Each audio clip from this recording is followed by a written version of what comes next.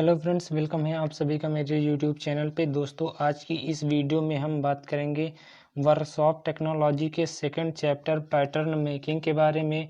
जी हाँ फ्रेंड्स, जो आपका पैटर्न मेकिंग चैप्टर है काफ़ी इंपॉर्टेंट है। इससे 5 नंबर का आपका क्वेश्चन हमेशा आपके एग्ज़ाम में पूछा जाता है।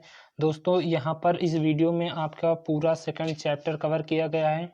यहाँ पर आपको केवल इम्पॉर्टेंट डेफिनेशंस वही बताई जाएंगी जो आपको समझने में थोड़ा प्रॉब्लम होती है। बाकी का पूरा चैप्टर की पीडीएफ आपको मेरे टेलीग्राम चैनल पर प्रोवाइड करा दी जाएगी। टेलीग्राम चैनल का लिंक आपको डिस्क्रिप्शन बॉक्स में दे दिया जाएगा। तो आइए फ्रेंड्स, वीडियो को हम स्टार्ट करते हैं और जानते हैं कि प्रतिरूप रचना या पैटर्न मेकिंग होती क्या है। तो पैटर्न मेकिंग किसे कहते हैं? तो पैटर्न मेकिंग किसे कहते हैं, 1 नंबर का क्वेश्चन आपका पूछा जा सकता है कि मोल्ड तैयार करने के लिए प्रयुक्त जाब की आकृति व आकार के प्रतिरूप को ही हम पैटर्न कहते हैं। इसी तरह दूसरा क्वेश्चन है, उन सभी कारकों को बताइए जो किसी पैटर्न को बनाने से पहले विचारणीय होते हैं।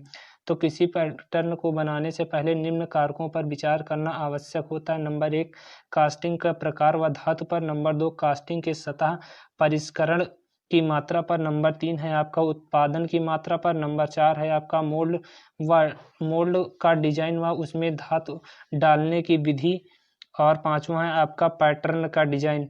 तो टोटल आपके ये 5 कारक होते हैं। किसी पैटर्न को बनाने से पहले इन पर विचार किया जाता है। नेक्स्ट क्वेश्चन कह रहा है कि पैटर्न बनाने में विभिन्न धात्विक पदार्थों के नाम लिखिए जिनका उपयोग किया जाता है पैटर्न बनाने के लिए। एल्युमिनियम व उसके अलावा cast iron, copper, steel, lead, zinc आदि धातुओं का हम प्रयोग करते हैं। अगला क्वेश्चन है आपका विभिन्न पैटर्न मटेरियल्स के नाम लिखिए। तो यहाँ पर आपके 6 प्रकार के पैटर्न के मटेरियल यूज किए जाते हैं। पहला आपका लकड़ी होता है, दूसरा मेटल व उनके अलावा होता है, तीसरा आपका प्लास्टर होता है, चौथा आपका प्लास्टिक होता है, 5वां आपका रबर होता है और छठा आपका मोम होता है। और नेक्स्ट क्वेश्चन है, एक अच्छे पैटर्न मटेरियल में क्या गुण होने चाहिए। तो पहला आपका इसका पॉइंट है मटेरियल घिसाव रोधी, जंग रोधी व रासायनिक प्रतिरोधी होना चाहिए। दूसरा इसका पॉइंट है इसको आसानी से कोई आकार प्रदान किया जा सकता है। तीसरा पॉइंट है यह हल्की होनी चाहिए तथा इसकी लागत निम्न होनी चाहिए। इस पर तापक्रम व आर्द्रता का प्रभाव नहीं होना चाहिए। एक अच्छे पैटर्न मटेरियल्स के 4 गुण होते हैं। अब हम यहाँ पर पढ़ेंगे लॉन्ग आंसर टाइप क्वेश्चन। इसको फ्रेंड्स आपको पीडीएफ प्रोवाइड करा दी जाएगी टेलीग्राम चैनल पर, आप जाकर वहाँ से पूरा पढ़ सकते हैं। ये क्वेश्चन आपका 2015 में पूछा जा चुका है कि प्रतिरूप को परिभाषित कीजिए। प्रतिरूप रचना हेतु किन पदार्थों का उपयोग किया जाता है, संक्षेप में समझाइए। या इस तरह भी क्वेश्चन पूछ सकता है, पैटर्न की परिभाषा दीजिए। तो पैटर्न क्या होता है? कास्टिंग प्रक्रिया के प्रतिरूप का वह महत्वपूर्ण स्थान है। कास्टिंग की गुणवत्ता पैटर्न के डिजाइन, बनावट तथा मटेरियल्स पर क्या निर्भर करती है, डिपेंड करती है। कास्टिंग प्रक्रिया द्वारा कोई जॉब बनाने के लिए जॉब की आकृति के अनुरूप बनाए गए सैंपल को ही हम प्रतिरूप कहते हैं। और प्रतिरूप रचना हेतु निम्नलिखित पदार्थों का प्रयोग किया जाता है। नंबर 1, वुड, लकड़ी का पैटर्न जो है आपका लकड़ी का प्रयोग पैटर्न के लिए बहुत ही प्राचीनतम समय से हो रहा है।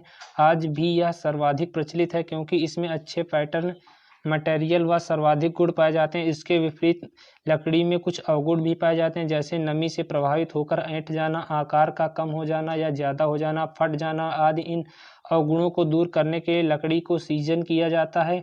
जब कम मात्रा में उत्पादन करना होता है तब लकड़ी के पैटर्न बनाना अधिक उपयुक्त होता है या अधिक उपयोगी होता है। सेकेंड पॉइंट आपका कह रहा है कि धातुएं और उनके एलॉय। तो मेटल्स एंड दियर एलॉयज क्या होते हैं? जब उत्पादन बहुत अधिक मात्रा में और तथा बार बार करना हो तो पैटर्न को किसी धातु का तैयार कर लिया जाता है। साधारणतः aluminium alloy, cast iron, steel, copper और तथा कॉपर के एलॉय जैसे आपका ब्रॉन्ज हो गया, आपका ब्रास हो गया जिसको हम पीतल के नाम से जानते हैं, आदि धातुओं को पैटर्न के रूप में प्रयोग किया जाता है। इनमें एल्युमिनियम एलॉय अपने गुणों के कारण सबसे अधिक प्रयोग में लाए जाते हैं। तीसरा आपका हो गया प्लास्टर, जिप्सम प्लास्टर जिसे पीओपी प्लास्टर ऑफ पेरिस के नाम से जाना जाता है। सस्ते पैटर्न बनाने के लिए इसका प्रयोग किया जाता है। इस पैटर्न को मात्र एक बार ही उपयोग में लाया जा सकता है या प्रयोग में लाया जाता है। जिप्सम प्लास्टर एक निश्चित पानी की मात्रा मिलाकर घोल बना लिया जाता है। इस घोल को पहले से तैयार किसी सांचे पर डालकर कुछ देर तक कठोर होने के लिए छोड़ दिया जाता है। सेट होने पर ये आपका अच्छी तरह कंप्रेसिव स्ट्रेंथ इसका 300 किलोग्राम पर सेंटीमीटर स्क्वायर का ठोस बन जाता है। यह प्लास्टर जो है आपका ठोस होने की प्रक्रिया के दौरान फैलता है। एक अच्छी प्रसार दर का प्लास्टर लेने पर कास्टिंग की सिकुड़न की पूर्ति की जा सकती है। इसकी सामर्थ्य को बढ़ाने के लिए आवश्यकतानुसार हमें सेल खड़ी तथा सीमेंट को मिलाया जाता है। आपका चौथा हो गया प्लास्टिक पैटर्न बनाने के लिए दोनों प्रकार के प्लास्टिक प्रयोग किए जाते हैं, थर्मोसेटिंग और थर्मोप्लास्टिक। थर्मोसेटिंग प्लास्टिक से लंबे समय अंतराल तक चलने वाले पैटर्न तथा थर्मोप्लास्टिक से कम समय अंतराल तक चलने वाले पैटर्न बनाए जाते हैं। ये पैटर्न हल्के, संक्षारण रोधी, चिकनी सतह वाले, जंग रोधी तथा नमी रोधी होते हैं। इनकी प्लास्टिक ढाल जो कास्ट होती है, कास्ट कर बनाया जाता है। पैटर्न मेटल पैटर्नों की तुलना में ये क्या सस्ते होते हैं। आपका पांचवा होगा रबर एपॉक्सी रेजिन के समान ये दो भागों में मिलती है, एक है बाइंडर, दूसरा है हार्डनर। ये दोनों द्रव भाग द्रवित अवस्था में उपलब्ध होते हैं। दोनों को निश्चित अनुपात में मिलाकर एक मास्टर पैटर्न के ऊपर डाल दिया जाता है या फिर डाई की दीवारों पर डाला जाता है। कुछ समय बाद यह ठोस रूप धारण कर लेता है। अधिकतर इसके लिए सिलिकॉन रबर का उपयोग किया जाता है और इसके द्वारा इन्वेस्टमेंट कास्टिंग की डाइयाँ बनाई जाती हैं। तो ये हो गया आपका रबर। लास्ट है आता है आपका मोम वैक्सेस क्या होती हैं। तो मोम इन्वेस्टमेंट कास्टिंग प्रोसेस में मोम के पैटर्न प्रयोग किए जाते हैं। इसके लिए पैराफिन मोम, कार्नोबा मोम, सैलेक मोम, मधुमक्खी का मोम जिसको बी वैक्स कहते हैं, माइक्रो क्रिस्टलाइन मोम, मोम की राख की मात्रा कम होनी चाहिए, हाई टेंसाइल स्ट्रेंथ कठोरता या जिसको हम हार्डनेस के नाम से जानते हैं, सतह पर अच्छा फैलाव, ऑक्सीडाइज न होने का गुण होना चाहिए, ठंडा होने पर मोम अधिक सिकुड़ना नहीं चाहिए। तो मोम के द्वारा पैटर्न बनाने के लिए मोम को द्रव अवस्था में एक स्लिप्ड डाई में डालकर डाई को ठंडा किया जाता है। तत्पश्चात डाई को खोलकर पैटर्न को बाहर निकाल दिया जाता है। इस प्रकार पैटर्न साधारणतः छोटे साइज के होते हैं जिन्हें रनर या स्क्रू से जोड़कर एक ट्री बना लिया जाता है। तो ये था फ्रेंड्स आपका ये क्वेश्चन कंप्लीट हो गया। इसी तरह ये आपका इंपॉर्टेंट क्वेश्चन प्रतिरूपों के विभिन्न प्रकार कौन कौन से हैं ये भी आपका 13, 15 और 16 में पूछा जा चुका। फ्रेंड्स ये थोड़ा क्वेश्चन लंबा है, आपको इसकी PDF प्रोवाइड करा दी जाएगी मेरे टेलीग्राम चैनल के पर, तो आप वहां से जाकर इसके बारे में अच्छे से पढ़ सकते हैं, वरना वीडियो काफ़ी ज़्यादा लंबी हो जाएगी। अब देखते हैं नेक्स्ट क्वेश्चन। आप उसको यहाँ पर डायग्राम भी हैं, आप PDF के माध्यम से पढ़ लीजिएगा, अच्छे से आपको समझ में आ जाएगा। काफ़ी इम्पोर्टेंट आपके लिए ये होने वाली ये जहाँ से मैंने कंटेंट निकाला है फ्रेंड्स वो आपकी विद्या क्वेश्चन बैंक की है, लेटेस्ट वर्जन की क्वेश्चन बैंक थी। तो वहाँ पर आपकी ये जो डेफिनेशंस है वो काफ़ी अच्छे प्रकार से एक्सप्लेन की थी, तो मैं आपके लिए उन्हीं को ले आया। इसी तरह आपका ये यहाँ पर नेक्स्ट क्वेश्चन आता है प्रतिरूप छूट क्या है, जिसको हम पैटर्न अलाउंस कहते हैं। क्या होता है प्रतिरूप दर दी जाने वाली छूटों का वर्णन करना है, प्रत्येक छूट के महत्व को समझाइए। तो फ्रेंड्स ये तो था आपका सारा थ्योरी, इसमें आपको कुछ ज़्यादा समझने की ज़रूरत नहीं, आप थ्योरी पढ़ लीजिए, आपको पूरा समझ में आ जाएगा। इसके आगे जैसे आपका क्वेश्चन आता है प्रतिरूपों में क्या दोष हैं इसका वर्णन करिए, तो ये भी काफ़ी इंपॉर्टेंट क्वेश्चन है, आप इसको पढ़ लीजिएगा। आप इसको जब पढ़ लेंगे तो आपको अच्छे से समझ आ जाएगा। अब देखते हैं फ्रेंड्स कोर क्या होता है, ये कितने प्रकार के होते हैं, इसका संक्षेप में वर्णन करिए, काफ़ी इंपॉर्टेंट है और ये बहुत पूछा जाता है। तो कास्टिंग को आवश्यकता अनुसार खोलकर बनाने के लिए रेत के विभिन्न आकारों की आकृतियां मोल्ड में प्रयोग की जाती हैं जिन्हें कोर कहते हैं, और कोर आकृति तथा स्थिति के आधार पर निम्न प्रकार के होते हैं। पहला एक आपका कोर होता है क्षैतिज कोर, जिसको हॉरिजॉन्टल कोर के नाम से जानते हैं, सबसे अधिक प्रयोग की जाने वाली कोर है ये। इसमें कोर को क्षैतिज अवस्था में मोल्ड किया जाता है। ये आपका यहाँ से कोर दिखाया गया है जो आपकी क्षैतिज अवस्था में कुछ इस प्रकार है, इसको हम ड्रैग बोलते हैं। ये हमारी यहाँ पर मोल्डिंग सैंड भरी जाती है जिसको मोल्डिंग बालू के नाम से जानते हैं। ये आपका पैटर्न कहलाता है। ये आपका कोप हो गया, इसको हम कोर कहते हैं। तो ये हो गया आपका हॉरिजॉन्टल कोर। अब देखते हैं वर्टिकल कोर क्या होती है। तो इसमें मोल्ड के अंदर कोर ऊर्ध्वाधर अवस्था में होती है। इसमें कोर के एक सिरे को कोर सीट कोप में तथा दूसरे सिरे को कोर सीट ड्रैग में बनी होती है। तो ये था इसका आपका डायग्राम। जो ऊर्ध्वाधर कोर है आपको नाम से क्लियर हो जाता है कि कौन सी कोर है। जैसे आपका था वो आपका था वर्टिकल हॉरिजॉन्टल कोर मतलब क्षैतिज कोर, ये था आपका वर्टिकल कोर मतलब ऊर्ध्वाधर कोर। इसी तरह नेक्स्ट आपकी देखते हैं संतुलित कोर क्या होती है, बैलेंस्ड कोर क्या होती है, तो इसके बारे में हम जानते हैं। जब कोर को एक मात्र सिरे पर ही सहारा जाता है तो उसे हम संतुलित कोर कहते हैं। कभी कभी कास्टिंग की आकृति कोर को एक दूसरे सिरे पर सहारने नहीं देती।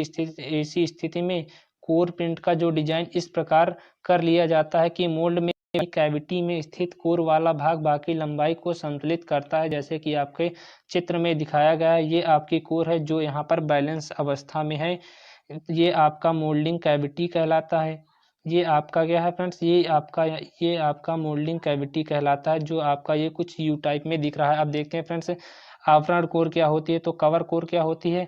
तो जब पूरा पैटर्न ड्रैग को दबाकर मोल्ड बनाया जाता है तथा कोर को मोल्ड में ऊपर से ढक दिया जाता है या कवर कर दिया जाता है तो इसे कोर को हम आवरण कोर कहते हैं, जैसा कि आपका चित्र में दिखाया गया है। फिर विग कोर क्या होता है, विंग कोर, तो विंग कोर तो साधारणतः कोर को विभाजित रेखा पर लगाया जाता है, परंतु कभी कभी कास्टिंग की डिजाइन की आवश्यकता को पूरा करने के लिए कोर को विभाजन रेखा से ऊपर या नीचे लगाया जाता है। इस प्रकार लगे कोर को हम विंग कोर के नाम से जानते हैं। जैसे आपका ये ड्रैग हो गया, ये आपका कवर कोर हो गया, ये आपका तो था कवर कोर का डायग्राम, ये आपका यहाँ पर कोप लगा होता है।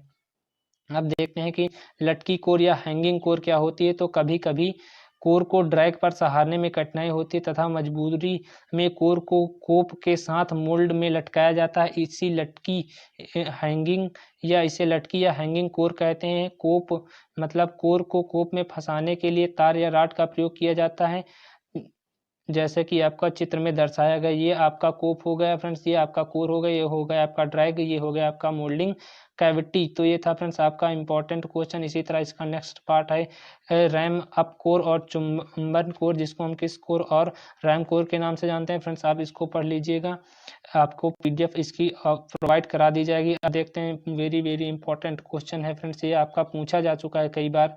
यहाँ पर कट हो गया है पेज, तो यहाँ पर दिख नहीं रहा कि किस सन में पूछा गया। कोर तथा कोर प्रिंट में क्या अंतर है, तो कोर खोखली डाइयों में छिद्र कैविटी बनाने के लिए कोर का हम उपयोग करते हैं, और कोर प्रिंट क्या होती है, कोर की मोल्ड में सहारने के लिए सीट बनाने में इसका हम प्रयोग करते हैं। दूसरा पॉइंट कह रहा है ये मोल्ड का एक पार्ट होता है, ये पैटर्न का एक पार्ट होता है।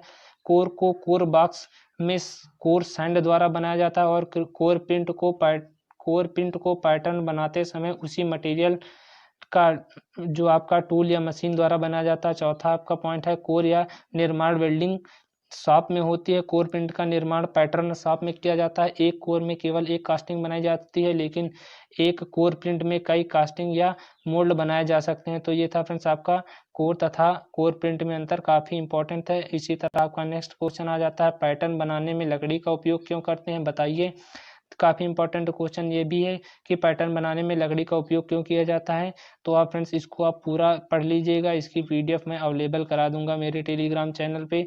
फिर आपका क्वेश्चन आ जाता है पैटर्न बनाने के लिए उपयोग में आने वाले सामान्य पदार्थ क्या हैं, उनके दोष की व्याख्या करनी है फ्रेंड्स आपको। तो ये सारे आपको क्वेश्चन मेरे टेलीग्राम चैनल पर प्रोवाइड करा दिए जाएंगे फ्रेंड्स, तो वहाँ से आप जाकर अच्छे से पढ़ सकते हैं। नहीं तो यहाँ पर अगर एक्सप्लेन किया जाएगा तो फ्रेंड्स वीडियो ज़्यादा लंबा हो जाएगा, और ज़्यादा बड़ा वीडियो फिर देखने में आप इंटरेस्ट नहीं दिखाते हैं। तो आशा करता हूँ फ्रेंड्स वीडियो अच्छा लगा हो तो वीडियो को लाइक करें, दोस्तों को भी शेयर करें। चैनल पर नए हैं तो फ्रेंड्स चैनल को आप फटाफट सब्सक्राइब कर लीजिए। मिलते हैं फ्रेंड्स आपसे नेक्स्ट चैप्टर के वीडियो में वर्कशॉप टेक्नोलॉजी के, तब तक के लिए tata bye bye, take care.